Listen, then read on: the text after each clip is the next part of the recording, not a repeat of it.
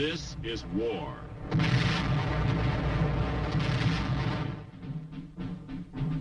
War and its masses. War and its men.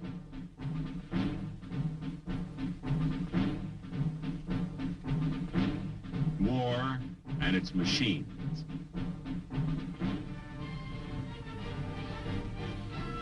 Together they form the big picture.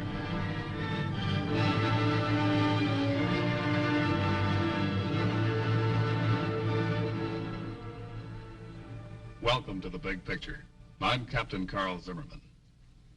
The Big Picture is a report to you from your Army. An Army committed by you, the people of the United States, to stop communist aggression wherever it may strike. The Big Picture traces the course of events in the Korean campaign through first-hand reports of our combat veterans and through film produced by the Army Signal Corps, photographed by combat cameramen. These are the men who daily record on film the big picture as it happens, where it happens. Today, the Big Picture will show the United Nations forces moving north. You will see the capture of Suwon, the 25th Division attacking toward Seoul. Bitter fighting as the Reds are determined to hold their line. And later, you'll meet Lieutenant Bill Travis from Liberty Center, Ohio, who saw duty with the 1st Cavalry Division. Now, for part of the big picture, let's go back to January 1951.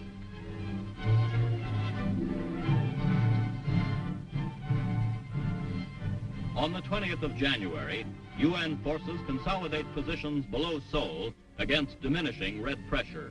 All along the front, there is a noticeable lack of the usual heavy communist troop concentrations. Belief is expressed that they have retired to regroup their armies, badly mauled in recent weeks by air and artillery strikes. On the 25th of January, after several days of aggressive probing attacks, the UN units below Seoul begin a limited offensive. Homicidal, not geographical, is the intent. By week's end, one UN task force slashes to within 10 miles of Seoul. In the central front, Wonju has been retaken, and Allied soldiers scour the mountains, exacting losses of 10-1 on the enemy. On the 10th of February, the 1st Corps of the 8th Army crosses the Han River as the Reds pull back to Seoul. The 25th Division comes to a halt at the south gates of the city. Kimpo Airfield is recaptured, and the port of Incheon is occupied without the loss of a man.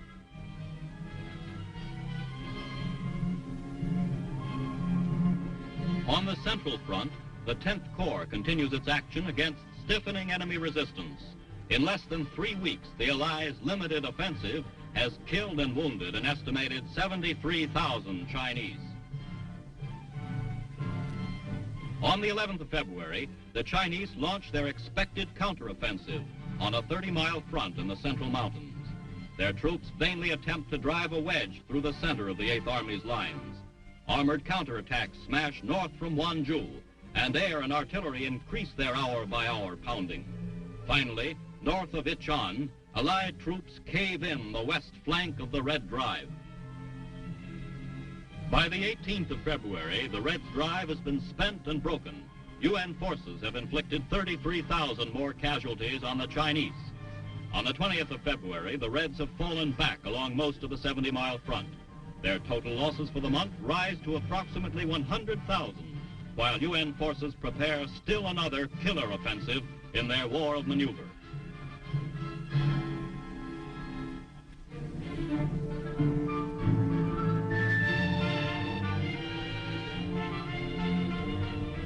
During the week of the 22nd to the 29th of January, the United Nations limited offensive moves northward as strong task forces recapture key cities and probe for the enemy's main line of defense. Here, a 25th Division combat team strikes north from positions below Osan to test communist strength and to occupy the many towns reported held by only token enemy units.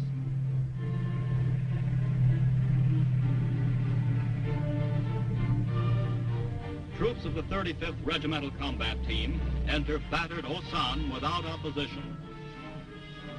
After defense posts are established, they push on toward the first day's objective, a village north of Osan. Here a soldier cleans and checks his machine gun to avoid the danger of stoppages in the wintry weather. Across a frozen stream, the men continue their advance along the road to Suwon. Other UN units to the east move 12 miles above Wonju, while Kumyang-jang falls to Allied forces in an attack highlighted by a bayonet charge of the Turkish brigade. Naval units bombard Incheon in a diversionary raid.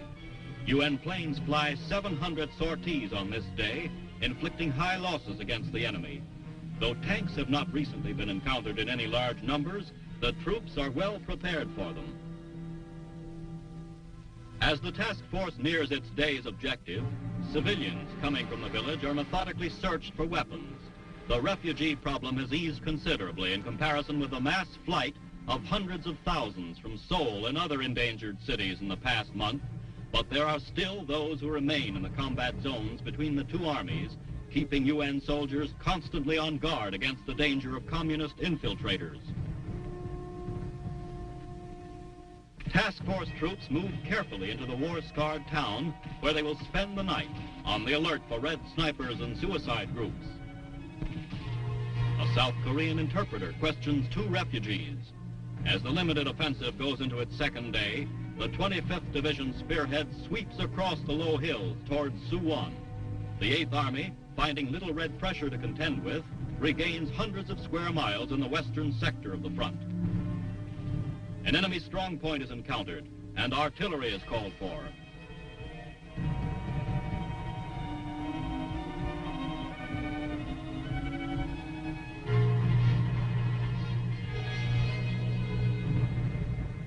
The 155 howitzer is zeroed in.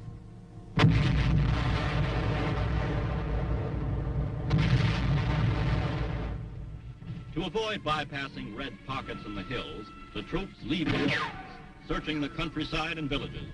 Prisoners are taken, some of the few found in the nearly deserted towns. On the second day of their thrust up the main coastal road to Seoul, the task force enters the outskirts of Suwon, carefully searching every building for concealed Reds. Scattered enemy resistance is quickly cleaned out. Meanwhile, sizable gains are recorded north of Incheon and Kumyang-jang, while the naval shelling of Incheon moves into its second day.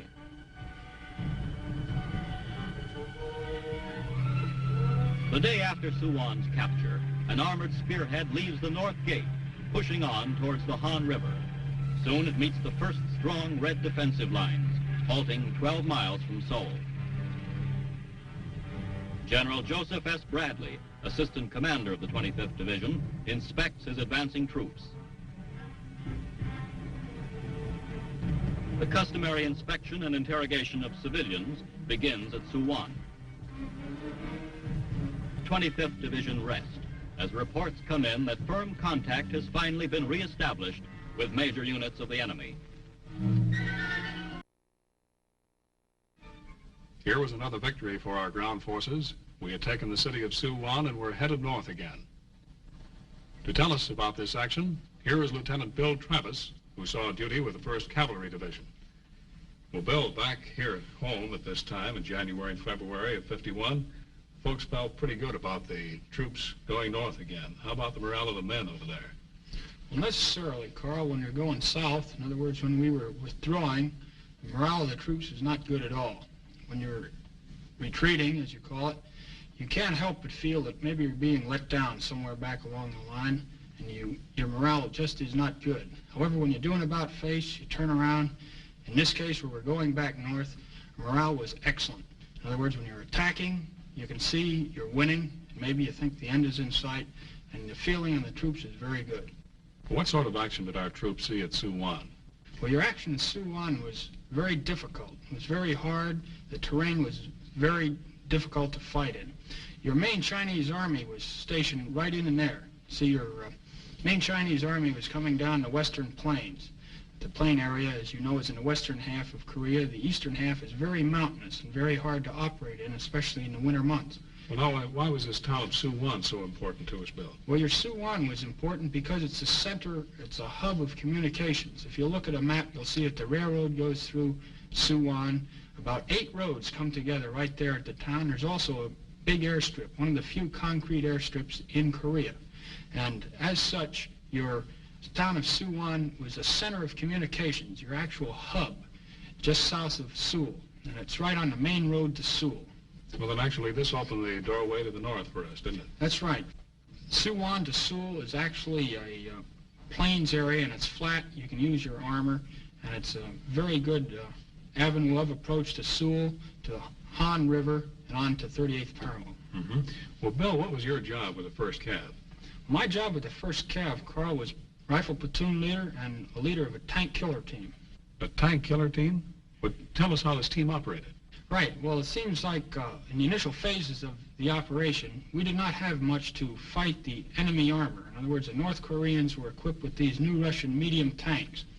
Now, to counteract the effects of their tanks, we formed these tank killer teams, which were equipped with automatic weapons and a bazooka. Now, to illustrate this bazooka, we have one right here. Sergeant, could we have that? Now, this is your small bazooka, a 2.36-inch job that we were using back during World War II, and which probably a lot of people are familiar with. Now, it doesn't shoot too big a shell, and when it came up against these new medium tanks that the North Koreans were equipped with, it didn't quite come up to our expectations. So we were all very happy when the big one came out, the new one, and we have one of those to show you too. Now, this is your large economy size. It's called a 3.5-inch rocket launcher, is what we call it. Everybody else calls it a bazooka, and that's the popular name for it. Now, this really packs a wallop. Your shell is about yay big around, and when it hits those tanks, it really knocks them out. I saw one tank hit by when I saw this personally, and the turret blew off completely and did a complete flip before it hit the ground. It's a good sight to see. It's really a terrific weapon and a terrific sight to see. Well, now, eventually all our troops were issued this piece of equipment, weren't they? Right. We gradually came to find out that everybody was equipped with this weapon rather than the smaller one. Mm-hmm. And the North Koreans and Chinese developed a good deal of respect for it, didn't they, Bill? Definitely, definitely. Right. Well, thank you, Bill. Let's go back to our film now, to January 1951, and watch our troops as they trade blows with this stubborn Chinese army. UN troops, in the second week of their limited offensive, battle northward toward Seoul, continuing to forge ahead over the bitterly contested ground north of Suwon. In the new system of United Nations offense, forced by communist hold or die tactics, Allied forces leave the roads and dig the Reds from their caves and foxholes. Enemy dead litter the ridge. Chinese prisoners, routed out of the hills, are thoroughly searched and administered first aid by soldiers of the 25th Division. The face of an American GI expresses the bitter sadness that comes with war.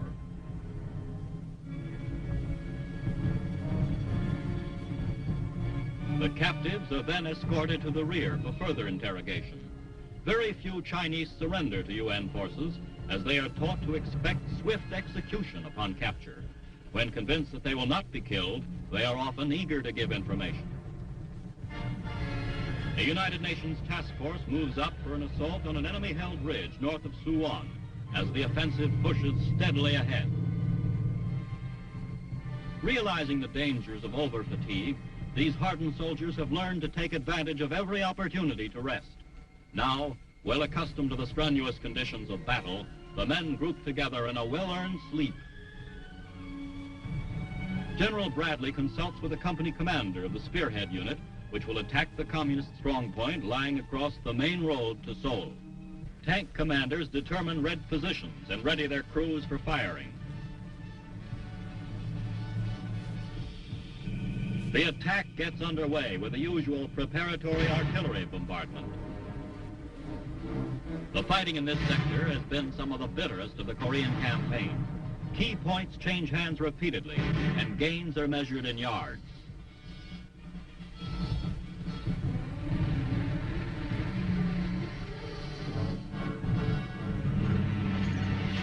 The tanks move up to new positions nearer the ridge and continue to blast away at the communist emplacements. The enemy returns the fire and scores a near miss on one of our tanks. South Korean 57mm battery adds its firepower to the assault as the bombardment proceeds to soften up the Reds for the infantry attack.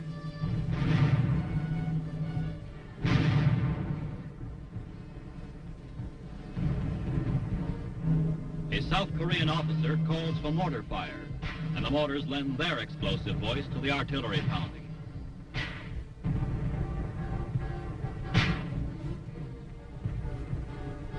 Paced by this support, the column brings the full force of its firepower to bear on the Red-dominated hill. Throughout Korea during the first week of February, observers are noticing more and more the high morale evidenced by the UN soldiers. With assured faith in their leaders and confidence in their own ability as a fighting team, the troops of 14 nations forge ahead in the push northward toward the Han River and Seoul.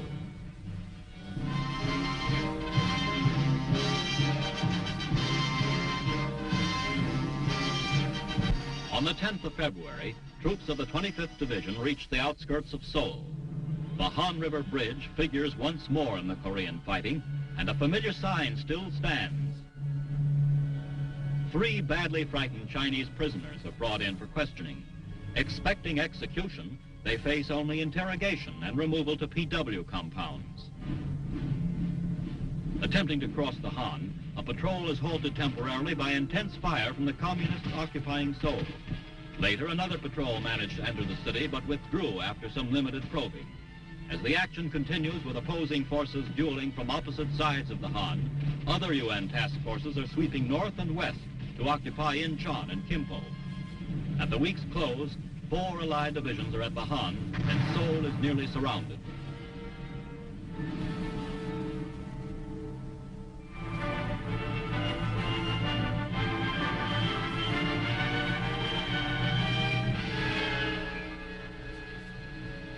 As the United Nations offensive goes into its 3rd week, the communist defense becomes more stubborn and fanatical. Enemy troops give ground slowly along most of the front in the face of spirited Allied attacks. Here in the central sector north of Incheon, 24th Division troops recapture Hill 704, which was taken from them by a Red assault on the previous night. A prisoner points out nearby Chinese positions. The big guns of the U.S. tanks are prepared for action, and having pinpointed enemy concentrations on the adjacent hills, bring their massed firepower to bear on the stubbornly resisting Reds entrenched on the slopes. In constant communication with the fire control center, the tanks continue their heavy bombardment. The enemy is blasted relentlessly in preparation for the following infantry attack.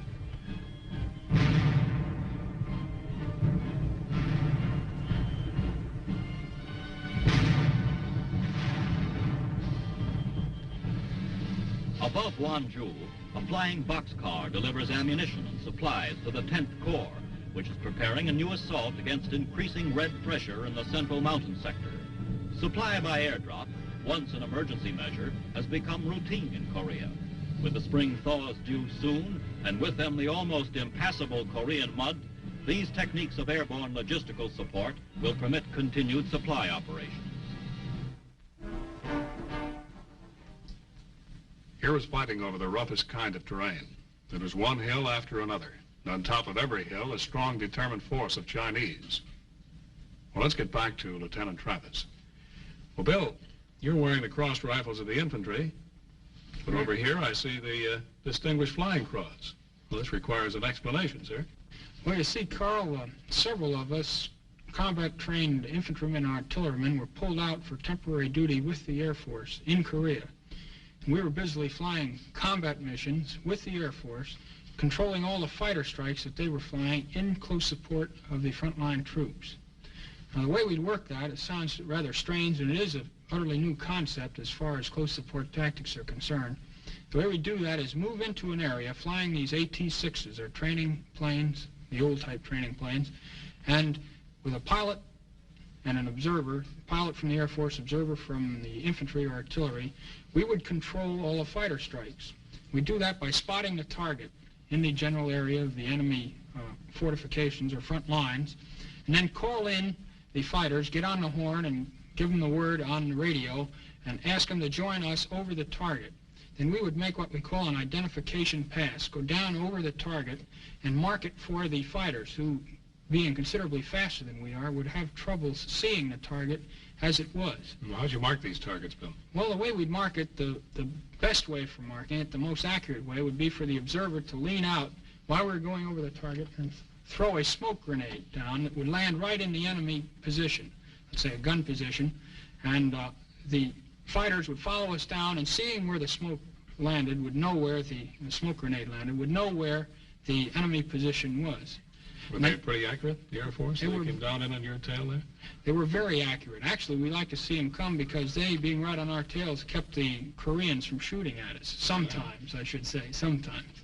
Well, besides spotting targets, what other duties did you have? Well, one other very interesting duty of ours, Carl, was to coordinate between the helicopter rescue service and the actual place where they were supposed to pick up the crew of any plane that had been shot down or forced down behind enemy lines. Now, sometimes they developed engine trouble and had to land behind the enemy lines, and we had to pull them out of there. And we would, in case of finding a plane that was down behind the lines, call the helicopters, call them on the phone, and they would come over and pick these men up. We worked very well. I can remember one instance where we pulled a Marine out, got him out of a lot of trouble, actually chased off a bunch of North Koreans who were bothering him by making low passes over his plane. We got the helicopter in about 30 minutes after he hit the ground, which is considerably good time. Well, the next day, it so happens, the pilot that I had been flying with the day before, named Kelly, was shot down in just about the same area. Some North Korean got a little lucky, I guess, with his burp gun, and Kelly was knocked down.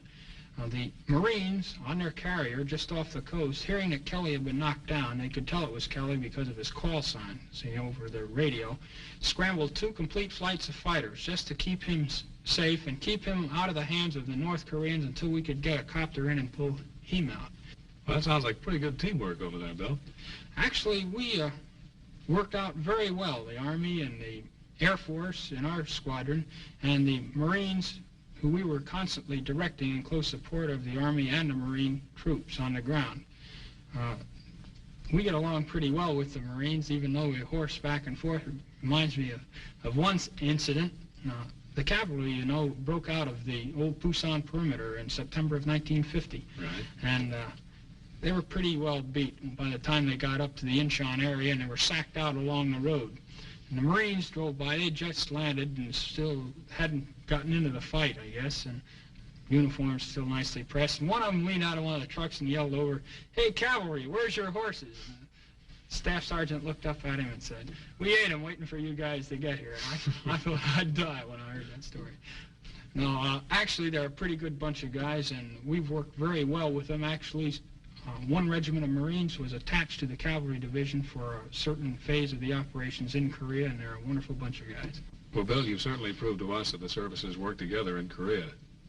And it took teamwork to take ground in Korea, just like it took teamwork to take Hill 584. North of Incheon, 24th Division Artillery prepares to open fire on Hill 584, where UN forces are attempting to dislodge a stubborn enemy force.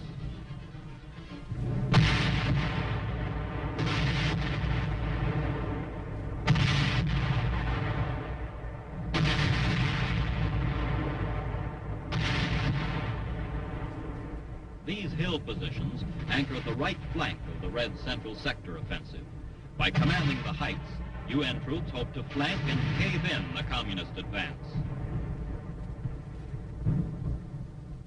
4.2 heavy mortars join in the barrage. The communists held fast in these hills during most of the Allied limited offensive of the last 3 weeks. Now, with the launching of the Reds' counteroffensive down the Central Mountains, the communists cling tenaciously to this strong hill salient, which guards the right flank of their drive toward Wonju.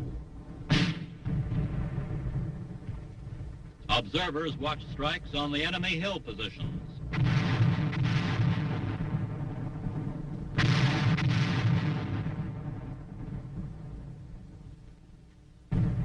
Under cover of the barrage, the men push up the steep terrain towards the objective.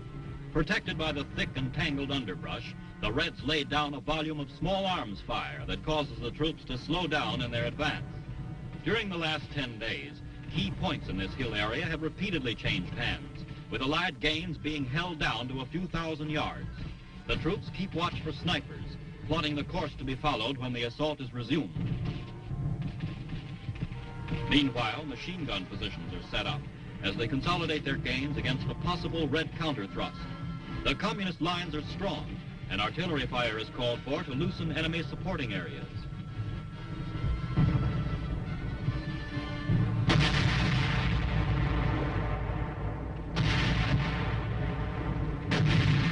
spite of the initial bombardment, the Reds hold firm in their emplaced positions, dominating the heights.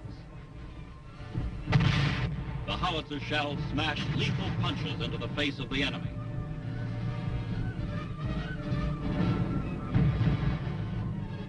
The steep grade slows the advance.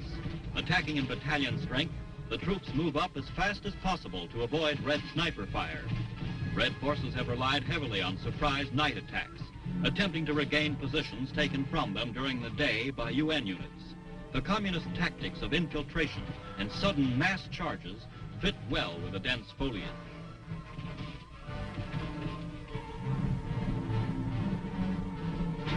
Supporting fire is supplied by heavy machine guns. The attack gets underway. The new assault carries forward to one section of the hill's crest where UN troops are able to bring fire directly on the main enemy positions in close, rugged fighting.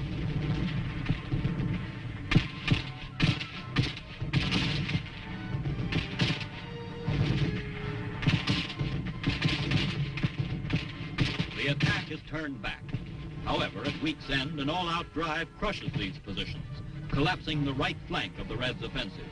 By the 18th of February, UN forces seize the initiative again as Operation Killer forges northward in the wake of the ill-fated Red breakthrough attempt. Those were the events that comprised the big picture from January 20th to February 20th, 1951. Our thanks to Lieutenant Bill Travis for being with us. Next week, the big picture will give you another report on the United Nations Spring Offensive. You'll see our troops push on despite the mud and rain. You'll see the 24th and 25th Divisions approaching the 38th parallel.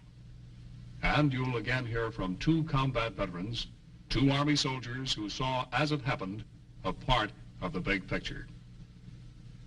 This is Captain Carl Zimmerman, inviting you to be with us then.